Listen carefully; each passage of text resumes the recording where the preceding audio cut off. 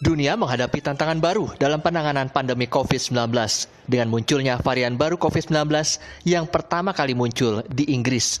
Varian baru COVID-19 membuat angka kasus harian COVID-19 di Inggris lebih dari 40.000 kasus dalam satu hari pada Senin lalu. Bahkan, rumah sakit di Inggris bagian tenggara hampir penuh dalam 2 hari terakhir akibat meningkatnya kasus baru per hari dipicu varian baru COVID-19. Virus jenis baru COVID-19 dari Inggris mulai menyebar di seluruh dunia.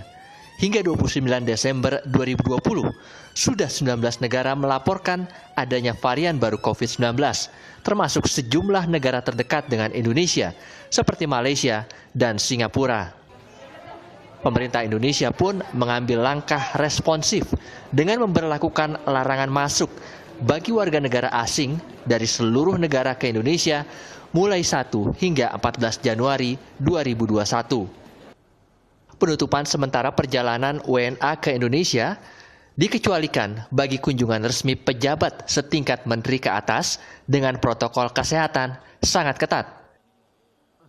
Menutup sementara dari tanggal 1 sampai 14 Januari 2021 masuknya warga negara asing atau WNA dari semua negara ke Indonesia.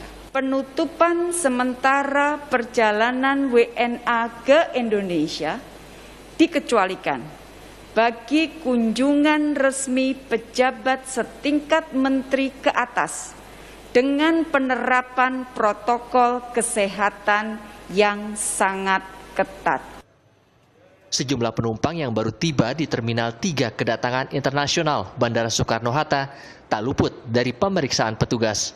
Setelah diperiksa, surat kelengkapan bebas COVID-19 para penumpang diisolasi selama 5 hari di hotel yang sudah disiapkan pemerintah sebagai langkah antisipasi masuknya virus corona jenis baru. Bahwa semua yang datang dari luar itu valid dari PCR-nya. Kemudian tidak ada gejala tanda yang mengarah ke arah COVID.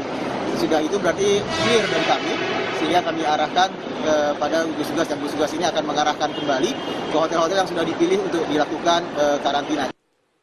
Kekhawatiran masuknya varian baru COVID-19 diduga terdeteksi di wilayah Kalimantan Barat. Kepala Dinas Kesehatan Provinsi Kalimantan Barat melaporkan adanya kasus mutasi COVID-19 di wilayahnya. Pihak Pemprov Kalbar menyebut telah terjadi sejak Agustus lalu. Ada hal yang mengejutkan bahwa ada mutasi virus yang selama ini sudah diributkan secara nasional, yaitu D614G. Jadi SARS-CoV-2 virus ini bermutasi ke D614G.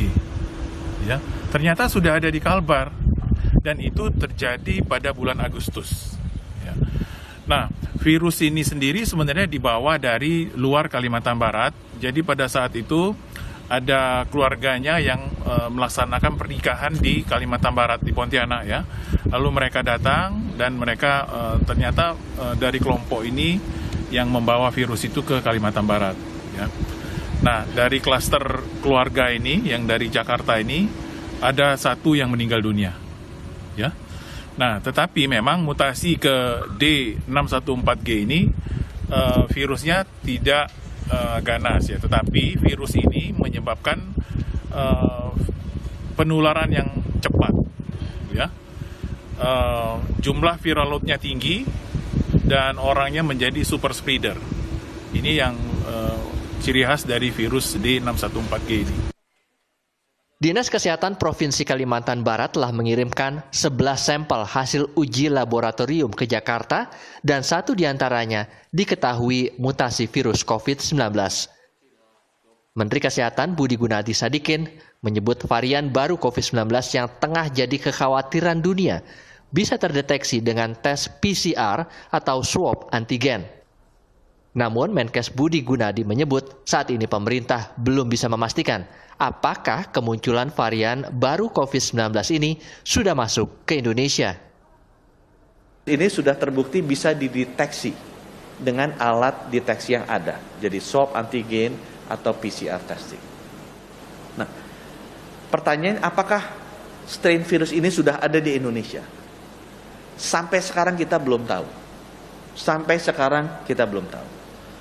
Karena untuk bisa mendeteksi strain virus ini harus dilakukan whole genome sequencing, harus di-sequence genetic information dari virus ini. Semua pihak patut mewaspadai varian baru COVID-19 dan tetap menerapkan protokol kesehatan di setiap aktivitas karena sulit memastikan kapan pandemi berakhir. Tim Liputan Kompas TV.